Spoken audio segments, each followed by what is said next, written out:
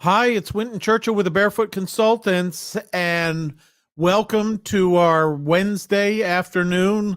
Let's talk about freelancing. And today we're going to be talking about some freelancing trends that are particularly affecting those of us that are 50 and above with respect to the freelancing market. There's been quite the strange interaction with freelancing, and uh, through the whole pandemic, there's been a quite a growth in the amount of freelancing going on, the amount of remote work that people can do. I know that oftentimes when I have spoken to groups of people that they didn't understand what portable income was and that kind of thing. And now everybody's had that sort of 2 year complimentary lesson over the last period of time. Good to see you, Melissa. Thanks for the like. Appreciate that.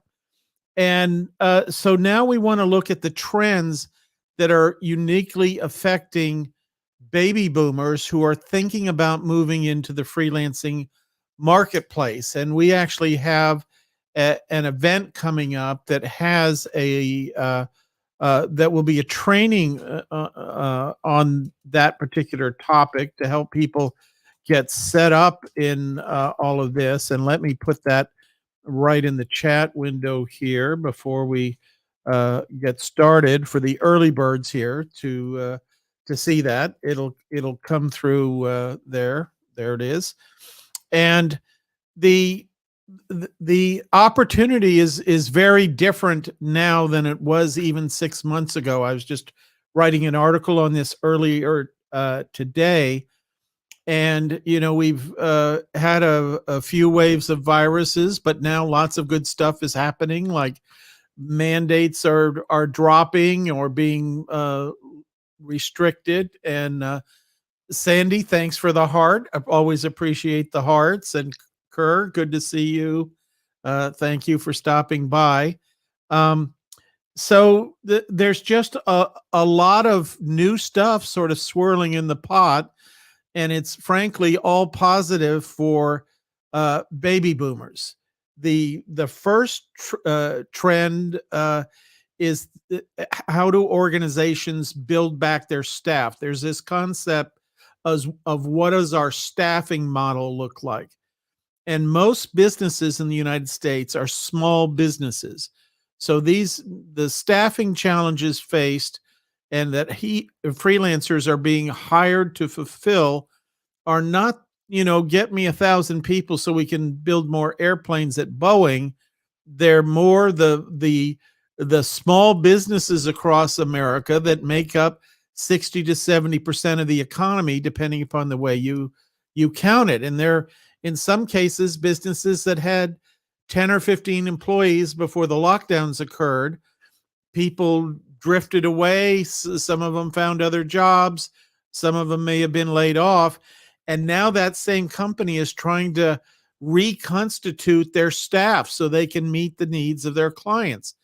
And what they're finding is that, yes, they're going to have a core of employees, and those people are going to be full time, but they don't have the business income yet to bring back everybody.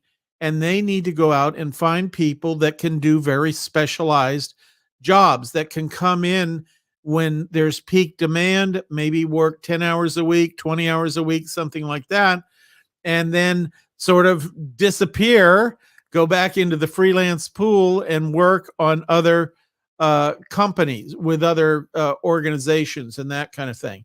Hi, Joseph. Good to see you. Thanks for stopping by. And yes, it is sad. It is very sad that we're all at this point in our lives facing this much disruption. We all, some of us had plans to get the gold watch and, head off into retirement, a few rounds on the golf course or whatever your activity might be, long walks on sunset beaches. And, it's different than that. We're all paying attention at a different level. And, we have to make different decisions.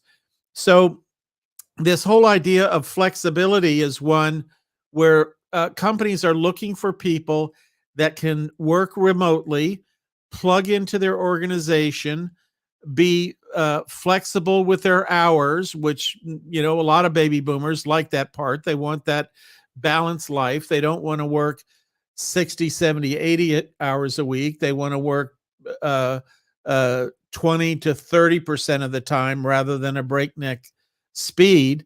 And so this is what is really driving this staffing flexibility. And if you look at the job market right now, you'll see the paradox that really everybody is looking for help, but they're looking for skilled help. And the fabulous thing about baby boomers is that, and anybody 50 plus, is we've got decades of experience in our background. And one of the toughest things to do, I've learned in the last 14 years I've been doing this, helping people 50 plus get into these online networks, is helping a baby boomer uh, uh, really pull up those things that are in demand in the marketplace today. In fact, most will say, gee, I don't know what I can do online. I'm not really a big computer person, or something along those lines. And you don't have to be today. The opportunities that we teach people how to work on are sort of everyday, work a day kind of things that you would have done typically in your career. It might have been preparing a PowerPoint presentation. It might have been writing an article or proofreading a document, or answering the phone in a customer service situation. There's just lots of good jobs out there to be had. And I say jobs loosely, they're really assignments. And you apply for those assignments, you present what you've done in the past in terms of your work history and that kind of thing, in a what's called a profile. But it's not really, it's like a resume, but it's kind of the opposite of a resume. A resume is kind of a chronological history of everything you've done. A profile is focused on your skill set, and specifically on those skills that are in demand right now. The typical freelance buyer on these networks does not care, that you had complete continuity in your career and it made a lot of sense and that sort of thing, or that you changed jobs frequently or whatever it might be. They want to know what skills you have today, and how those skills relate to the problems that they have.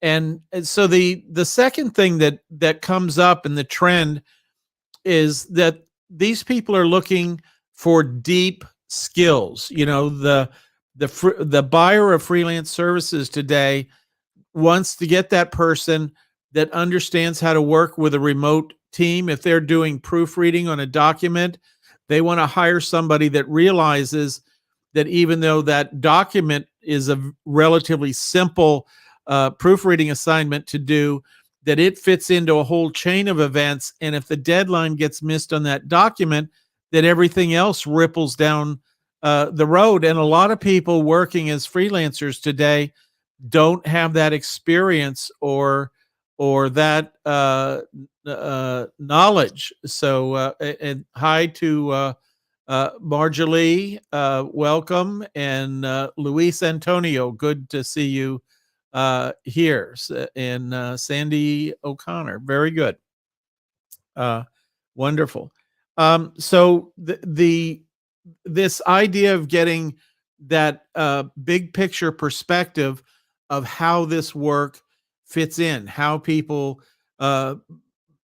take what they know how to do and package that in a way that is recognizable, really. I was going to say appealing, and that kind of goes without saying, but recognizable to the face, to the freelance buyer that's making a decision on bringing that person in, because they have that big picture perspective. When I interview freelance buyers and ask them about, how are the 50 plus crowd in terms of freelancers when you hire them, and I hear lots of good stuff. they say, number one, they get the big picture. They have a background and a life habits of meeting deadlines. That's not necessarily a life habit that a lot of people have today. And they get the big picture. They understand the importance of getting this in on time. They don't look at the through the microscope at what they're doing and just say, well, I have to complete this task. They have a sense of how that fits into the overall picture. And that's some of the stuff that we're going to help baby boomers with as we go through our upcoming event in St. Louis at the end of April. We've got all the details here. Let me pop it in the magic chat box, so those of you that have just joined us can take a look at that. And so, there's a lot in the art of how you put together your profile in these online systems. Another thing that we want to do, and this is a trend, is understanding what kind of jobs work best for baby boomers, because not every job is a good job. And what most people don't realize when they go into these networks is you might get what we call addition jobs. This is how we sort of explain this. And rather than going deeply into a resume or having long conversations, they bring you in and have you do a relatively small job. It might take an hour or two or three, and you do it. And the example I like to use is one online website that deals in a particular industry. They go in and they give the exact same job to 5 writers to write an article about the exact same topic. And you might say, well, why is that? Why would they waste their money doing something like that? Well, for $200-300, they get to go out and have people actually do the kind of work they want them to do, and they can read the work. They see the work when it comes in, and they will say, out of 5, if they award the job to 5 people, guaranteed one of them will flake out and disappear, and you'll never hear from them again. And that's gone. And then they'll get some other articles written, and some of them will be written by people that know nothing about the subject, and they go into Wikipedia and they cut and paste things about the subject that, when strung together, don't really make a lot of sense. And those are immediately identifiable to that person. So they're able to figure that out and say, no, that's not the person for us. But then they'll see 1 or 2 articles that are extremely well written, and they will say, that is the person for us.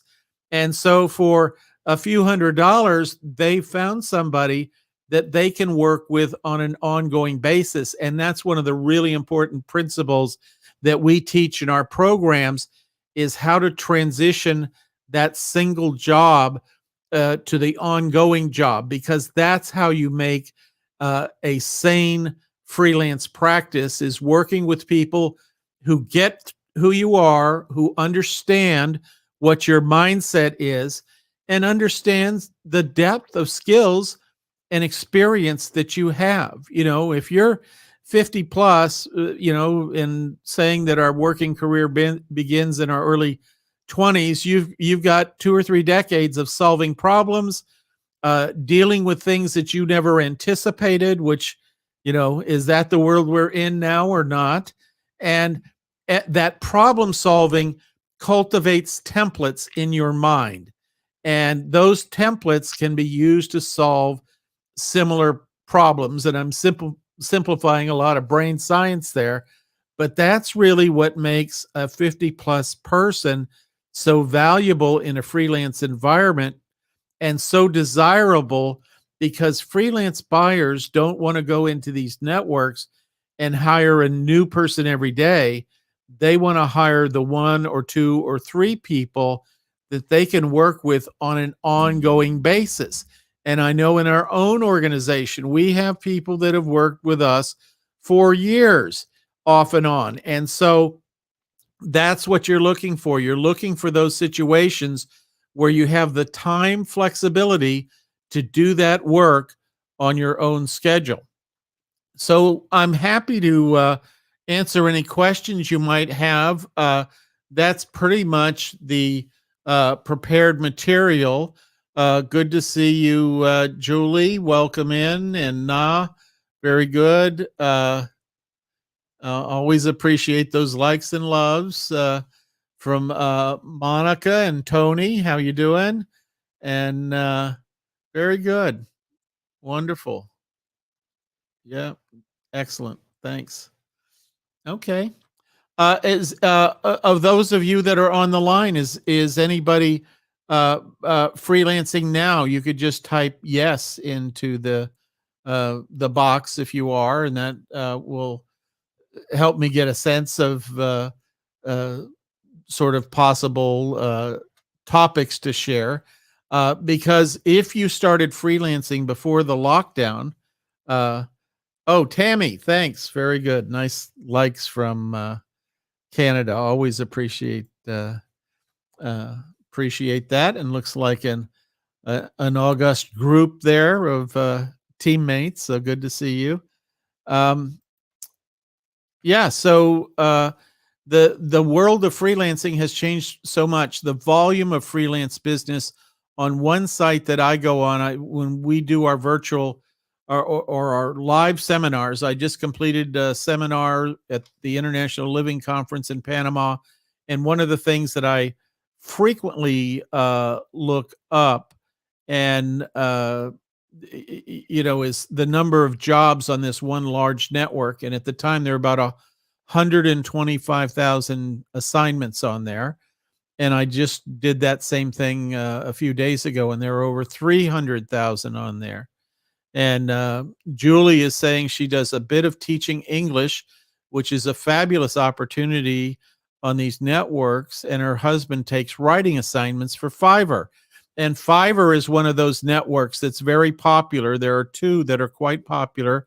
One is called Upwork.com, and the other is called Fiverr.com. And these are excellent networks that pay out billions of dollars every year to freelancers. When I first started talking about freelancers, people thought, well, aren't those the crazy people that can't hold down a job? And uh, 50 years ago, that may have been the case, or 60 or whatever.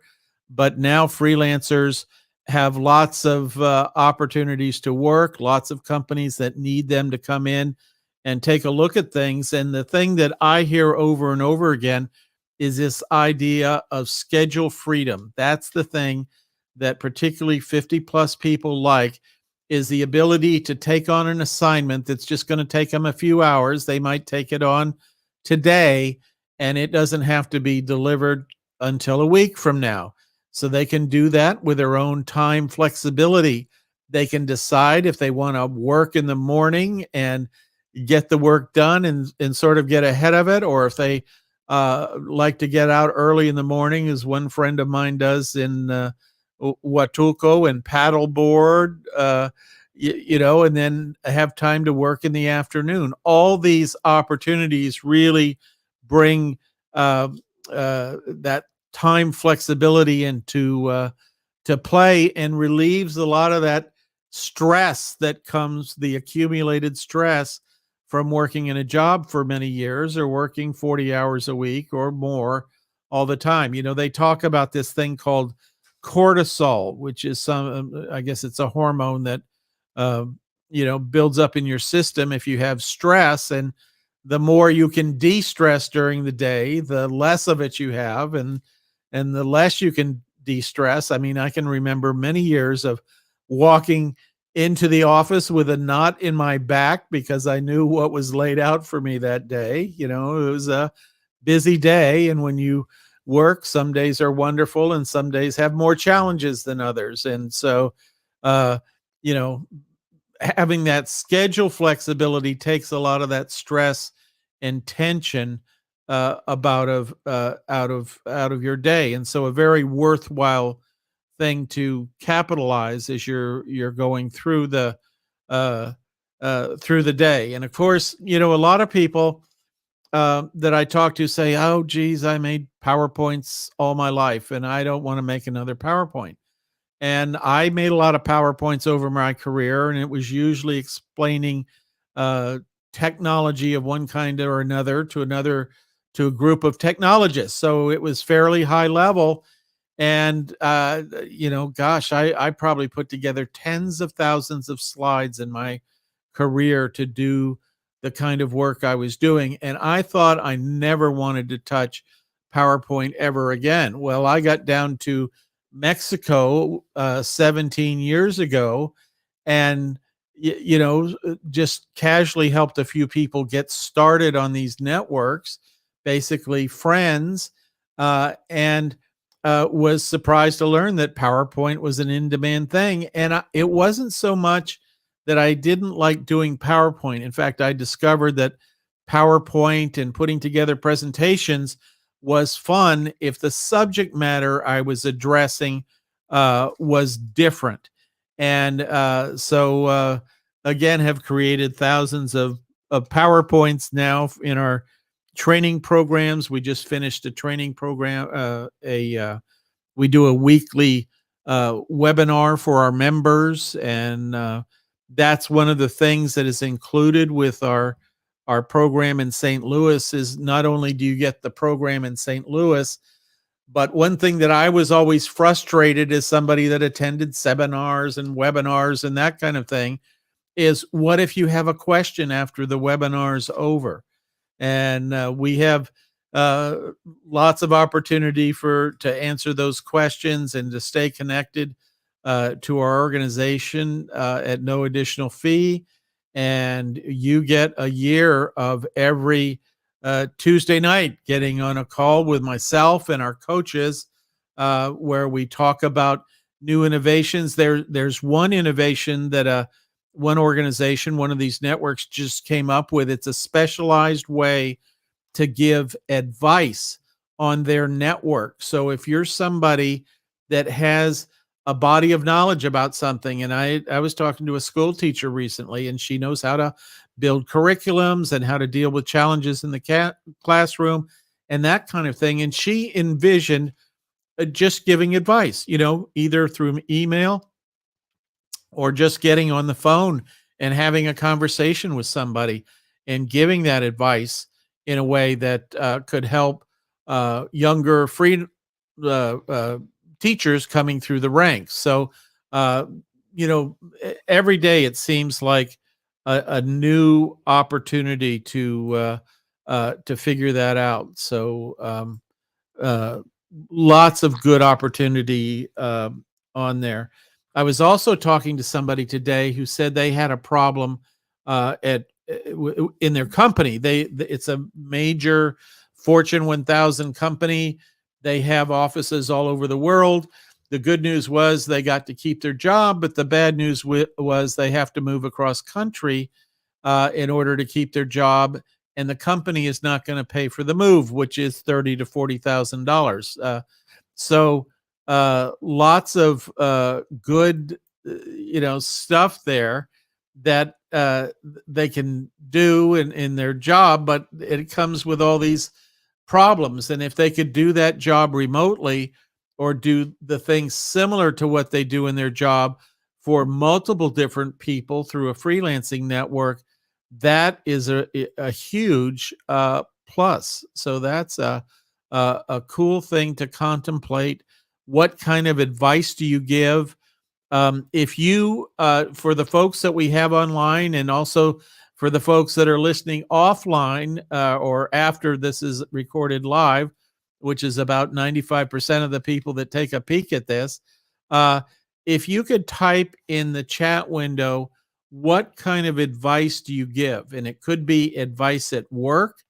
It could be advice to family members. I remember talking to a guy who was a banker and very sophisticated, but within his family, he was the go-to resource of, hey, Uncle Joe, I'm going to buy a house. How should I finance it? Or I'm going to get a car. How should I be thinking about setting that purchase up? And just different things like that. He was the go-to guy, and he gave all this advice for free.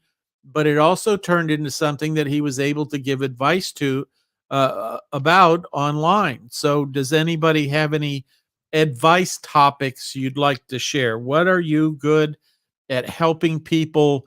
As a good friend of mine used to say, noodle through. You're a sounding board. You may not map out exactly what they should do, but you have the great skill of having the conversation about what so that they can reflect and think through the process. This is so important today. We're in such uncharted waters in our economy, in our world situation, in all kinds of things. And the sooner you can get out and work as a freelancer, the sooner you have that flexibility to adapt to new work. And once you go through all these different um, networks that we're going to talk about in St. Louis, and discover which ones are best for you to get started on, and then which ones are best for you to migrate to. There are some networks that are dedicated to a certain speciality, like proofreading. There's networks, whole networks dedicated to proofreading. The only people that work on those networks are proofreaders. And then there's networks like Upwork and Fiverr that are like the largest grocery stores you've ever been into, multiplied by 1,000. And they have sort of everything soup to nuts, and are one of the easiest networks to get started on. And that's what we focus on in our sessions, are how can we make this easy? Let's not put ourselves through a lot of pain. I had somebody on our call last night said, well, do I have to build a website? And I said, no, absolutely not. You're headed in the complete wrong direction as a freelancer getting started if you start with a website. It's a little bit like building a restaurant out in the middle of the desert. There's nobody walking by your website. There's no traffic there. You have to build traffic. And with these websites, as I mentioned earlier, there's hundreds of thousands of jobs in those websites. Of course, that presents its own problem too, because when you go into Google, if you don't search well, you can get millions of results that are virtually useless because you can't sort through all of them and see which ones are good and bad. And that's one of the strategies we're going to be teaching April 22nd through April 24th, Sunday evening. And when you leave on Sunday evening, you're going to be all set up with your profile. You're going to know how to select and determine good jobs from bad jobs. You're going to understand how to do proposals, what our proposal strategy is. And I know that when I start talking about some proposals, some people cringe, because if you were like I did, you worked on proposals in some cases that were thousands of pages. And the great thing about this is the proposals in these networks are typically 150 to 200 words. They're very short. And when you understand how our template works, it makes writing these things very good. But sometimes people think template, cut and paste, and cut and paste is the kiss of death. If the freelance buyer reading that on the other end of the line says, oh my gosh, this person is just cutting and pasting the same proposal to every proofreading job and every PowerPoint job and that kind of thing, they will notch you off their list, because they don't, they want somebody that read their job description, read their assignment, and responded to that. They want to hire a human being that has texture and skills and abilities, not just a garden variety freelancer. A big misconception is that people on these networks are looking for, say, the best proofreader in the world. They're not. They're looking for a good proofreader that understands what their skill set and what we call domain of knowledge. If you're proofreading on the topic of aviation, for example, that combination of the knowledge, in-depth knowledge of aviation, and the ability to proofread narrows that list down from maybe 10 to 15,000 proofreading assignments every day, right down to a dozen to 2 dozen, and that is the secret. And Winton, some people say, Winton, why are you giving away the secret? And we've taught this. We know how hard it is to teach, and that's why it really snaps together in minutes when we show you live in our event in St. Louis how all these pieces fit together. And you probably could figure a lot of this out on your own. About 20 to 25% of all people working in these networks are baby boomers and 50 plus. But the question is, do you want to do it the hard way or the easy way? And when you come to St. Louis, you're going to get the easy way, because we're going to go through everything. We're going to simplify it. My team of coaches will be there. We'll all be running around to tables, answering questions, helping you when you get to a choke point in something. We'll help you just get right over that. In Mexico, we call those topies. In the US, we call them speed bumps, and they really are easy to get through once you have a strategy. And this event was frankly built for people like me. I can learn things out of a book or an online training course. They're very helpful. Um, but when I really want to get into something and I want to convince my mind, body, and spirit that this is something I want to do, usually what I do is I find the live in-person event. I mean, this has been going on for 50 years. And I like to immerse myself in that culture and sort of like a sponge, absorb everything I can. What are other people doing on these networks? How are they doing it? What are their aspirations for earnings? Which network are they going to work on next? How are they going to frame their proposals? There's lots of what we call side learning that goes on at these events and networking opportunities. And we have people leaving these events that have set up their own little groups to stay accountable to one another, to make sure they follow through on the things they've learned and that kind of thing. And that's in addition to meeting with us every Tuesday night for the next year, included with the program. And so that's a huge benefit as people that come to this move forward. So happy to take any other questions, comments you might have. Appreciate all the good likes there. That really helps us spread this word and help other people know that this is a possibility in their life, that if they're facing a challenge of one kind or another, this is a great way for them to move into the world of freelancing and get things kicked off there, in a way that avoids a lot of the trial and error that people go through when they try to do this kind of thing. Here's Nancy is saying, retired in Malaysia, is your program applicable to me? Yes, we have a number of people in Malaysia, in Thailand, in Singapore, that are all doing freelance work. So this is certainly something that is available. In fact, I'm honored and humbled at these past events when we were doing them on an annual basis before the lockdown. We had people coming from South Africa, Germany, Australia to the 2.5-day event, and it's amazing. This is, I don't have to explain this much anymore in terms of people being able to work remotely. Now everybody kind of understands that. And the good news about that is we can spend more time focusing from, what your strategy is. The strategy makes the big difference.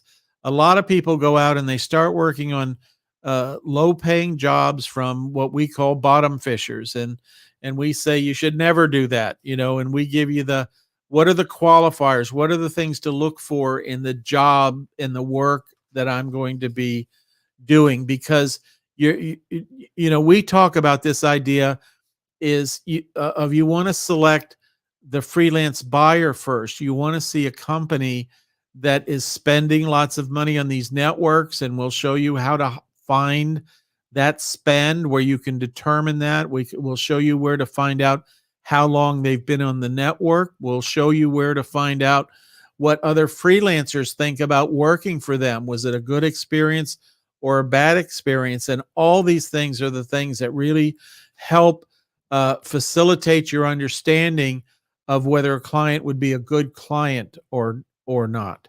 And that saves a ton of time. And if you think about it, if you were living in a career and you made $50,000 a year, that's $25 an hour. That's and I've talked to people before, say, gee, $25 an hour doesn't sound very much. And I explain, well, that's earning at a rate of $50,000 a year. And then the decision to how many hours do you want to work is up to you.